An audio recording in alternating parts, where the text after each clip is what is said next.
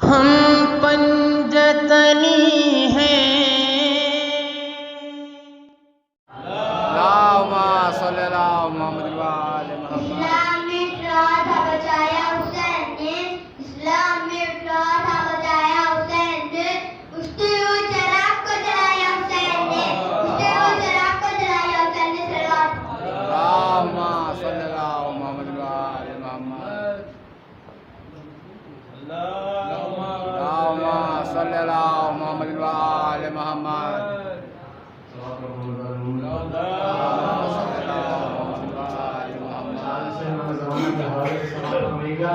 کہ آبی جا پردے غیبت سے زمانے کے امام، آبی جا پردے غیبت سے زمانے کے امام، تیرے بھی منہ سے تیرے جد کی کہانی سن لوں. آبی جا پردے غیبت سے زمانے کے امام، تیرے بھی منہ سے تیرے جد کی کہانی سن لوں. ہم عزاداروں کی بس آخری حسرت رہی، نوحہ شبیر کا ایک تیری زبانی سن لوں، نوحہ شبیر کا ایک تیری زبانی سن لوں.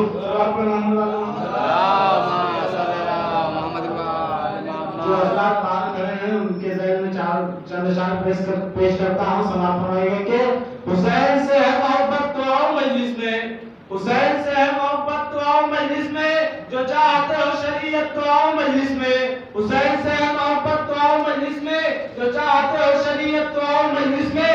یزیدیت سے نفرت تو آؤ مجلس میں، حیات ماں کی وصیت تو آؤ مجلس میں. غموں کے ماروں کو مجلس میں چین ملتا ہے، وہ خوش نصیب ہے جن کو حسین ملتا ہے، وہ خوش نصیب ہے جن کو حسین ملتا ہے، وہ خوش نصیب ہے جن کو حسین ملتا ہے. اللہم صلی اللہ محمد وآل محمد. جناب حضور کے حوالے سے چند اشعار سماعت فرمائیے گا کہ ان نے شب تحویہ ہونے نہیں دیا، ان نے شب تحویہ ہونے نہیں دیا، دامن پہ داغ کفر کا لگنے نہیں دیا. ان نے شب تحویہ ہونے نہیں دیا، دامن پہ داغ کفر کا لگنے نہیں دیا. ان نے دیار شام میں کی تو ملازمت، نوکر مگر زمین کو ہونے نہیں دیا. ان پتھروں کے بیچ میں رہتا رہا مگر ایمان کے آئینے کو چٹکنے نہیں دیا. 14 صدی گزر گئی اسلام کی قسم، ان کو میرے حسین نے مننے نہیں دیا، ان کو میرے حسین نے مننے نہیں دیا. اللہم صلی اللہ محمد وآل محمد. اللہم صلی اللہ محمد وآل محمد. اللہم صلی اللہ محمد وآل محمد.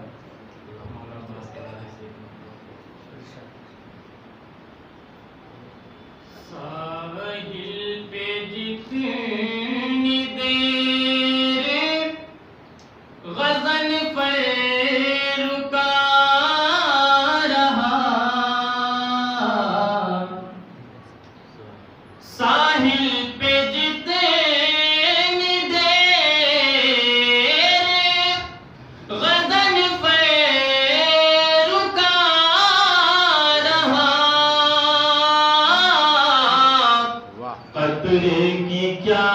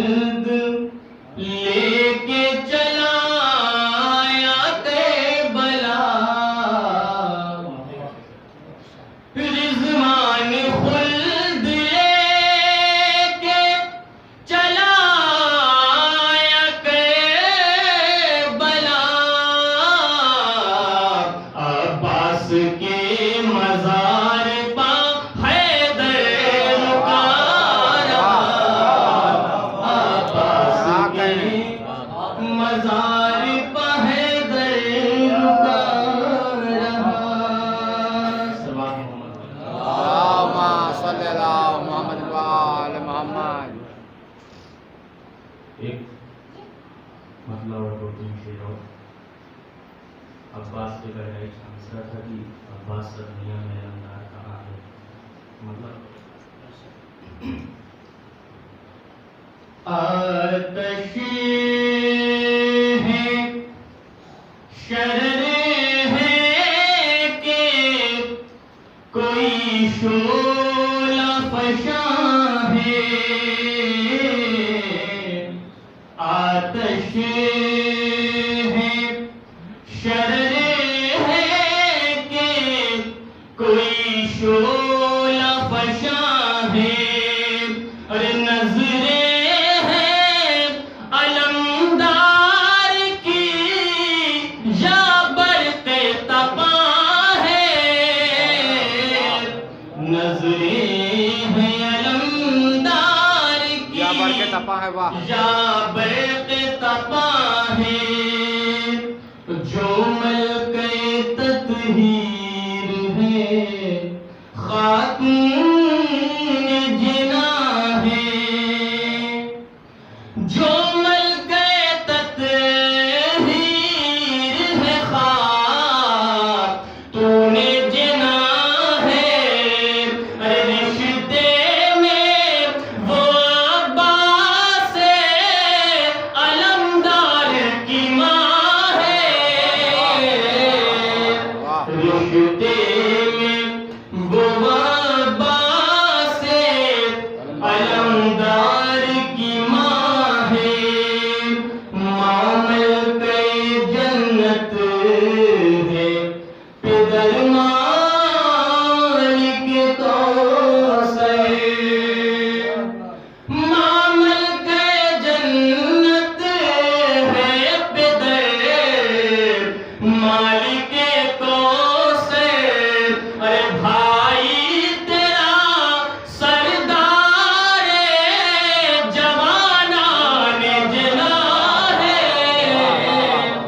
بھائی تیرا سردار جوانان جنا ہے. دنیا کا کوئی ایسا ملک نہیں ہے کہ یہاں پہ دوسرے ملک کا جھنڈا لہرایا جا سکے. تصویر میں ایک رخ پیش کرنے کی کوشش کی. لہراتا ہے ہر ملک میں سے شیر کا پرچم. لہراتا ہے ہر ملک میں سے شیر کا پرچم. عباس سا دنیا میں علمدار کہاں ہے. عباس سا دنیا میں علمدار کہاں ہے. یہ بس میرے غازی کے ہیں نالین کا صدقہ. یہ بس میرے غازی کے ہیں نالین کا صدقہ. مشہور جو ہے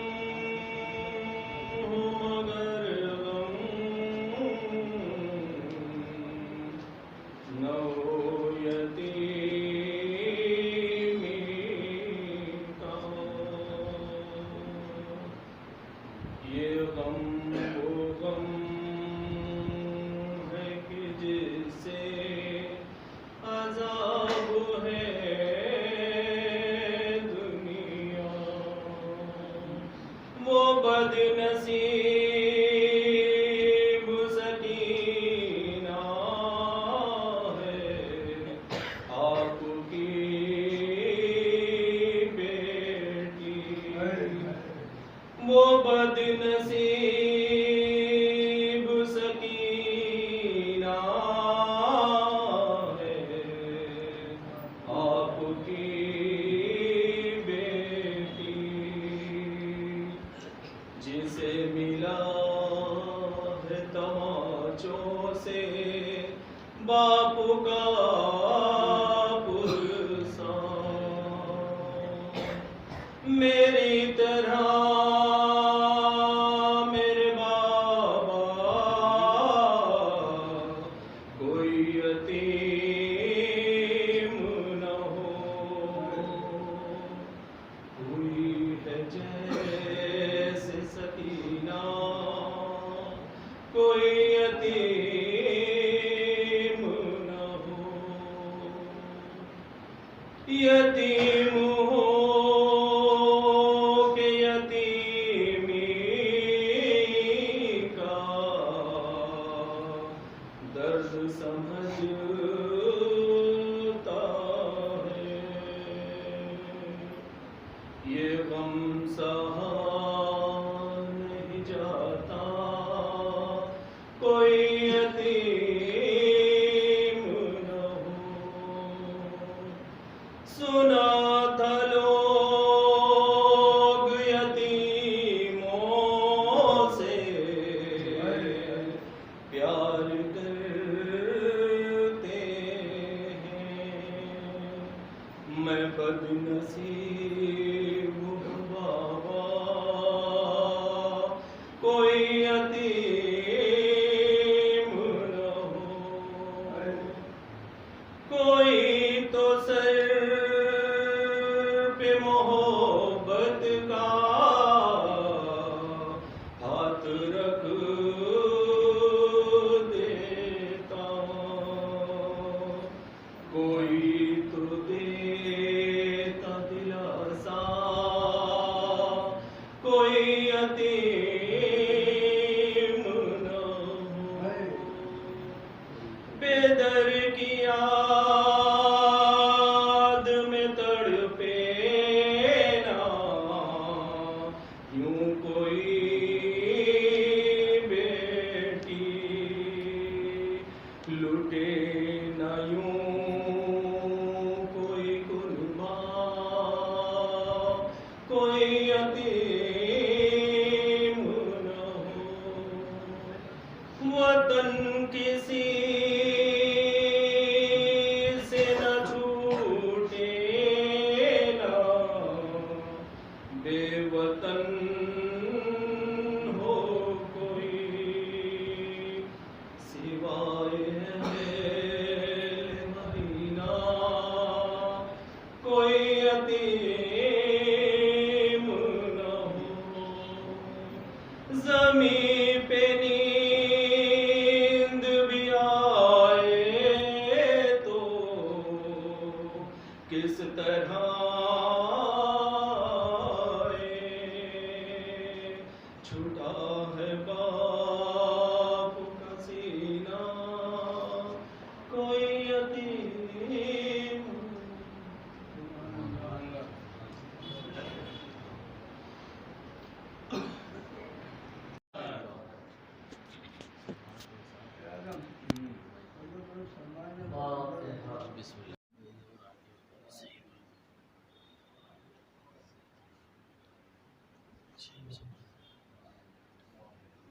اور آگے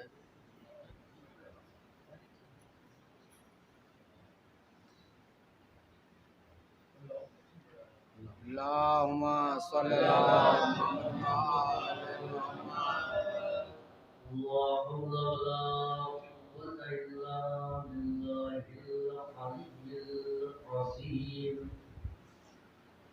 أعوذ بالله السميع العليم من الشيطان اللعين الرجيم بسم الله الرحمن الرحيم الحمد لله الذي هدانا لهذا وما كنا لنهتدي لولا أن هدانا الله لقد جاءت رسل ربنا بالحق الصلاة والسلام التحية والإكرام على صاحب الحب الكوثر والخطبة والمنبر والركن والمشعر والوجه الأنور والخد الأحمر والجبين الأزهر والنسب الأطهر والحسب الأشهر صاحب الفضل والعطاء والجود والسخاء والنور والضياء الحق المؤيد والرسول المسدد مولانا أبي القاسم اللهم صل على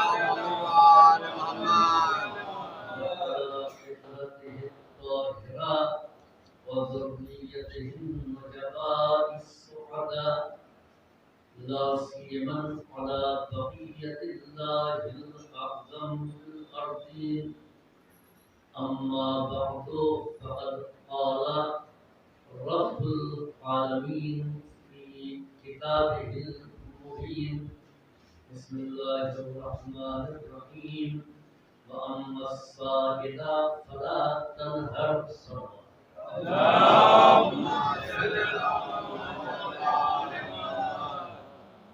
دین اسلام نے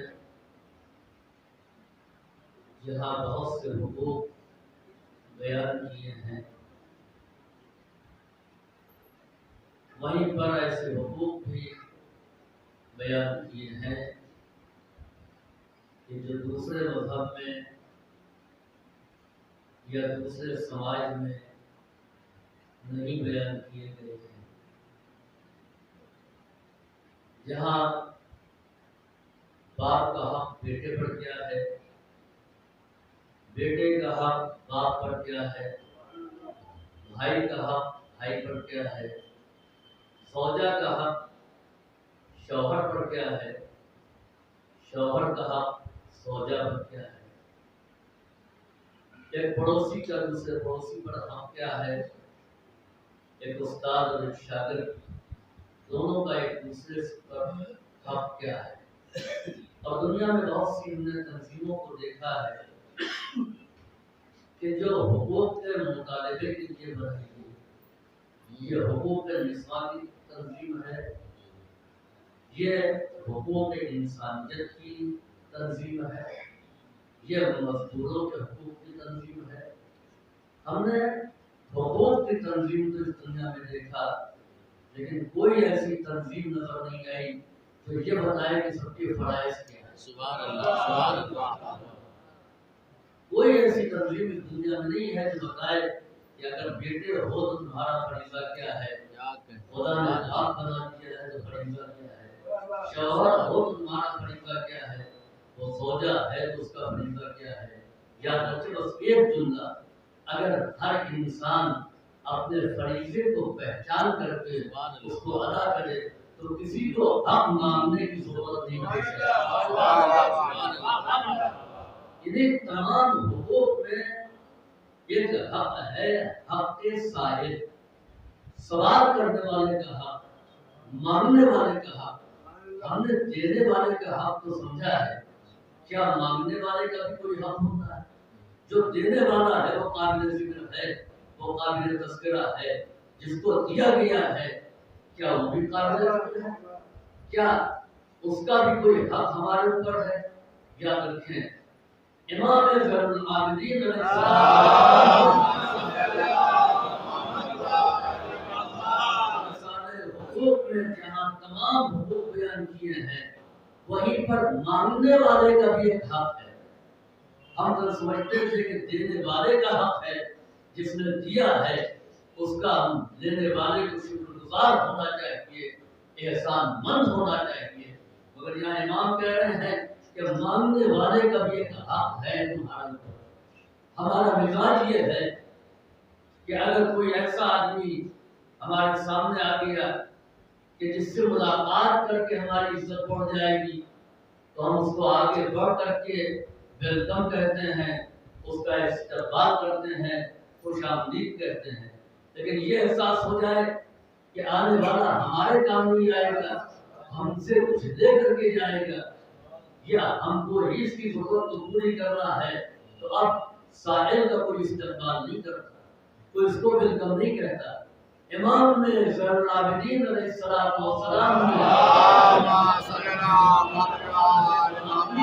سائل کو آتے ہوئے دیکھا تو آپ نے فرمایا کہ مرحبا۔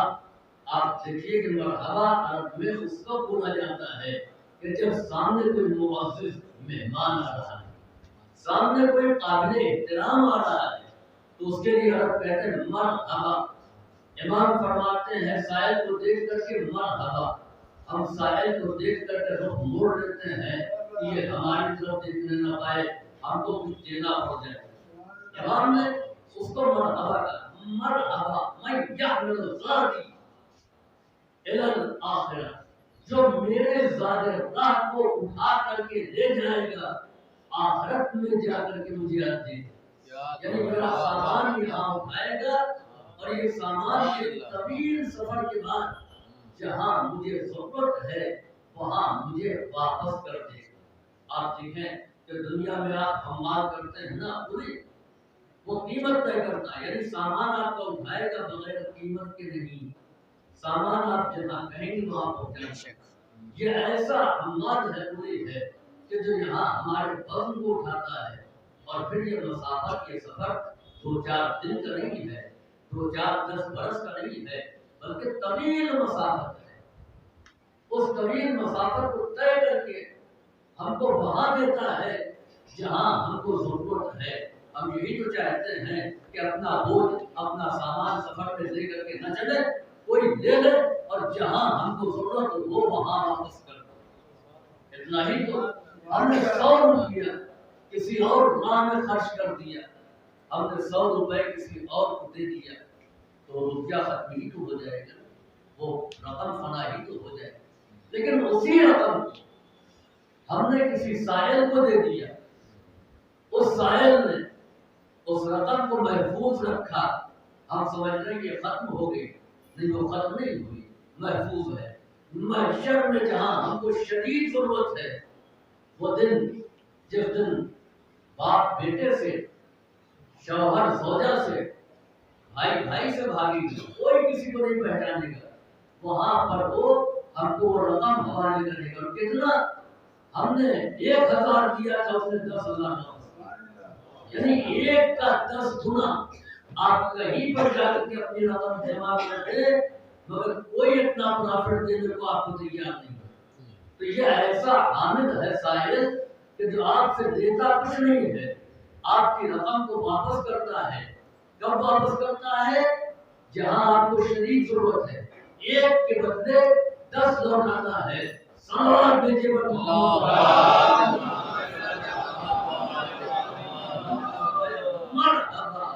ویلکم، خوش آمدید، جو ہمارے ذات کو یہاں دے گا اور آخرت تک اس کو پہنچائے گا، وہاں دے گا، اور پھر 1 کے بدلے میں 10 گنا عطا کرے گا۔ عزیزوں،